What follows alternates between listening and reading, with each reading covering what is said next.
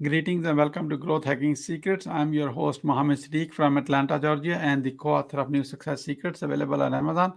On this episode, we have a special guest, Greg Jameson. Greg is an author, speaker, podcaster, entrepreneur, and e-commerce consultant. Please join me to give a warm welcome to our guest, Greg Jameson. Greg, welcome. Thanks, Siddique. I am super excited to be here with you this morning. Feeling is mutual. Let's get started. Let me start with this. Where were you? What happened? Who were you surrounded with that inspired you to do what you do today? I actually have been working with people on the internet pretty much since the start of the internet. And one of my early customers, I was actually developing an application for them, a database application. And they said, you know what? We really have a bigger problem, and that is that our secretary keeps getting inundated with these calls where our contractors need to buy hard hats and safety vests and so forth. And is there any way that you can set this up where they can just order this stuff online? So that really got me started with what I do today. Mm. The company that I was doing that for was a concrete pumping company. So that made it possible for me to go in there and then take what I had learned by developing this e-commerce site for them to take it to other markets. What are the top 3 mistakes to avoid? When it comes to having an e-commerce website specifically, I think the number one mistake to avoid is people seem to think, and this is true with any website, that you put up a website and that's going to solve all of your problems, kind of the philosophy of if you build it, they will come. And that's definitely not the case. You have to work an online business just like you do an offline business. And in fact, in many ways, you have to work it much harder because you are not there in person. It's not a physical transaction where somebody can feel your products, see your products, shake your hand. And because of that, it's actually harder, I think, to have an online business than an offline business. And most people don't treat it that way. You really have to work at it. What are your greatest failure story? What did you learn and how did you recover from it? I think my greatest failure story is actually one where in some ways it was a success story. I sold my first company. We took it public. And as a result of that, I had kind of worked myself out of a job. And then after doing that, I realized, you know what? I still have to work every day for the rest of my life. Why did I sell my first business? And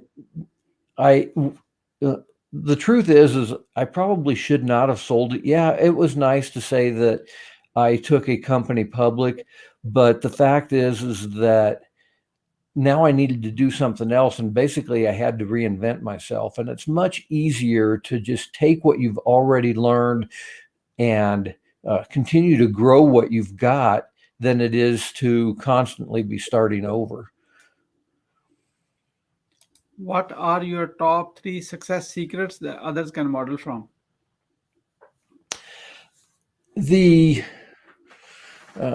Good question here. Let's see.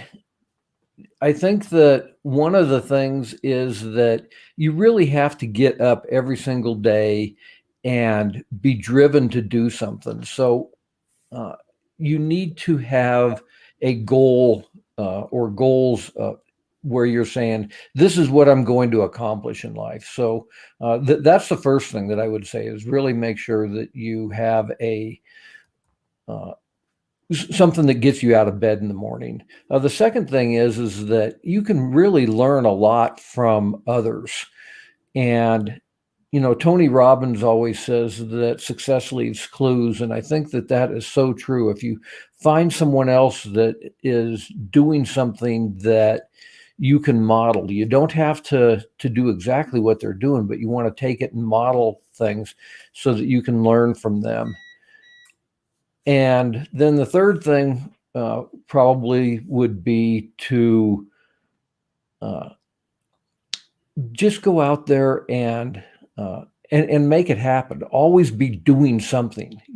It's it doesn't have to be perfect, but done is better than perfect. So always be doing something. What motivates you within? My primary motivation, I think, comes from my family. I have always wanted to provide my family with a really good life and a great lifestyle. And knowing that I'm doing something for them and for other people really makes a difference in my life. What is your company's motto?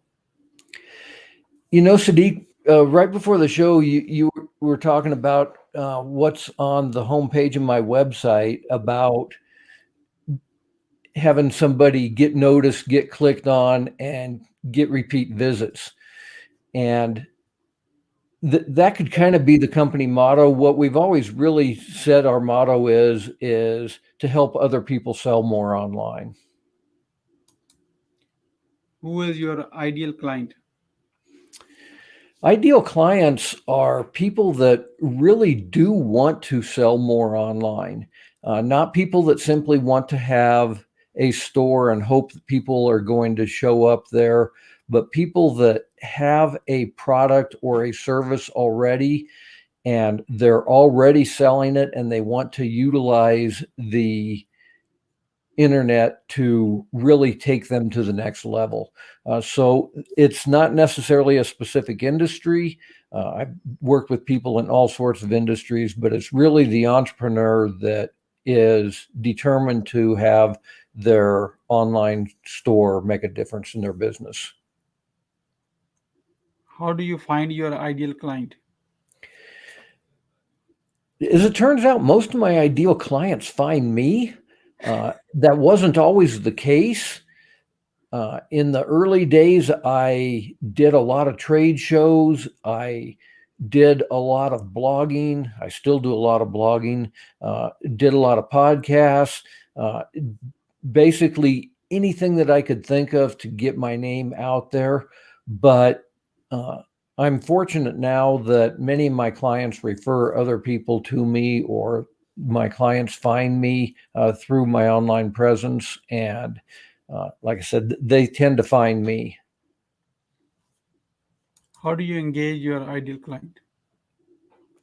The best way I've found is actually what you and I are doing right here, that we have an online meeting and I actually get to know them one-on-one.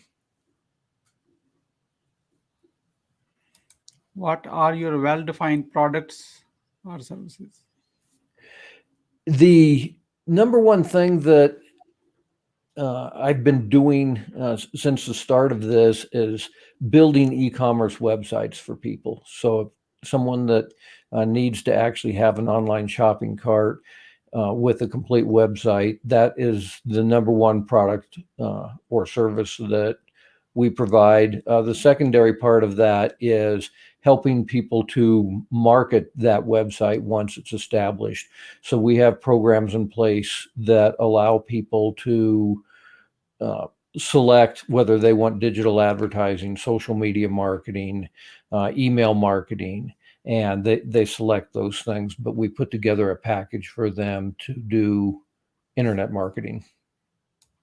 Why someone should buy from you? The primary reason somebody should buy from me is that I work with you one-on-one. I've got clients that are doing hundreds of thousands of dollars a month in sales.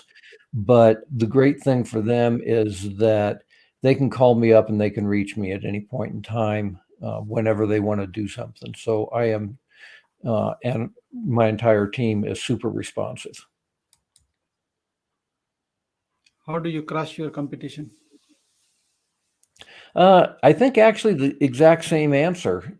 We are super responsive, and we are constantly trying to learn new things. So if we've got a client that says, hey, I want to do this, and it's something that we haven't ever done before, then we will go out and do the research and figure out how to make sure that that can get done. How do you deliver a 5-star client experience? Again, kind of the same answer. If somebody wants something done, me and my team will make sure that we can get it done for them. And if we don't have the expertise in-house for whatever reason, we'll go out, we'll research it, we'll find the answer to it, and if it's at all possible, we'll deliver on it. How do you use sales proposals to close more deals? The big thing that we do with our sales proposals is we usually put them into a PowerPoint.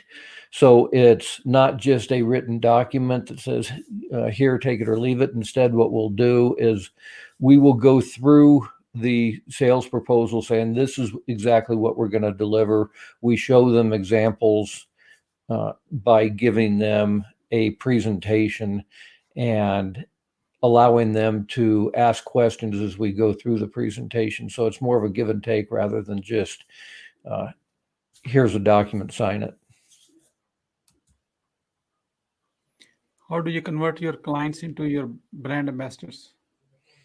This is actually a great question that I think a lot of people really need to pay attention to in terms of, how do you, I told you that most of my clients come to me. Well, the reason that they do is I've got my customers out there promoting Web Stores Limited as a great solution. And the best way to do that, as it turns out, is to simply ask them. Get a video testimonial from them. It's amazing to me that people will easily respond to a request to be on a video and say nice things about you. Just curious, what did you ask when you want to get a client on a testimonial? Excuse me, I didn't hear you. Let's do a role play. I'm your client. I'm happy with your service. What would you ask me to so I come on a video? I think I would simply say, hey, Siddique, if you liked what we were doing, would you mind doing a short video with me, just like we're doing here right now? And then I can ask them specific questions. People have a hard time, it seems like, just recording a video on their own saying, rah web stores. But if I sit here and I ask you in an interview type situation like this, well, what specifically did you like about what we did? And what was the best thing that you have found that we did on your website for you? And, you make it into a conversation. You say, hey, what were your sales the previous month? What are your sales this month? And then you can start to extract some of those things. And then you can put together a video testimonial yourself. You don't have to have you in it at all. It can just be the client responding to your questions. And that works really well. How do you handle an angry client? The best way, it depends upon how angry they are. But the best thing to do, obviously, is communication. And it amazes me that people, when you have somebody that's angry, that they just kind of disappear and they don't talk to the client. If you actually talk to the client and figure out what's really driving that anger, then you'll have much better results. And as a result of that, we really don't have a lot of angry clients. Over the 25 years that I've been doing this, I've had to fire a couple of clients, but for the most part, like I said, communication with somebody makes a big difference. How do you fire an angry client? You simply say, you know what, Siddique, I don't think that we're living up to your expectations, and I think it might be better if you found somebody that could actually perform better for you than what I'm able to do for you. We are about to move into lightning round. That means quick question and quick answer. Are you ready? Yeah, you simply give them the opportunity to go somewhere else. And sometimes when you give them that opportunity, they're like, oh, no, we really do like what you're doing. Yeah. Other times they're like, okay, then how do I get out of my contract? And at that point in time, I'll just say, we'll go ahead and we'll tear up the contract, and I'll wish you the best of luck. Wonderful. We are about to move into lightning round. That means quick question and quick answer. Are you ready? Let's do it. Okay. What are you grateful for today? I am super grateful for the fact that over this past 4th of July weekend, we had a family reunion, and I got to have all of my family here with me. How do you start your day? Typically, I start my day by coming into my office and checking my email to make sure that there's no fires that I have to put out.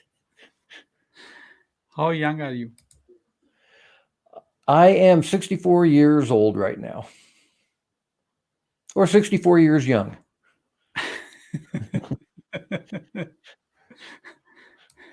64? Greg, you are 64. 64. You are 18 years old with 46 years experience.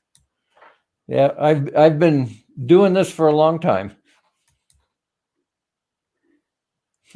What do you want to do when you grow up? You know, I am actually doing what I do want to do. People frequently ask me, when are you going to retire? Or what are you going to do when you retire? And I'm like, if I retired, I would be sitting in front of my computer for half of my time, and I may as well have somebody pay me for it while I'm doing it because I'm enjoying it. And then I'll take the other half of my time and I'll go out and enjoy the outdoors. What are your plan to achieve your goal? The plan is to continually be creating new products and services. I do a lot of online courses right now, and I am going to continue to add more online courses to my portfolio. How will you feel in case you don't achieve your goal? That's not an option. Like I said, I'm pretty much living the dream right now, and I am plan on continuing to do so. How do you overcome a challenge life throws at you? Life always throws challenges at us, and sometimes they are bigger challenges than others. And I think that the biggest thing is you simply have to keep a positive attitude. What is the advice you will give to a younger yourself?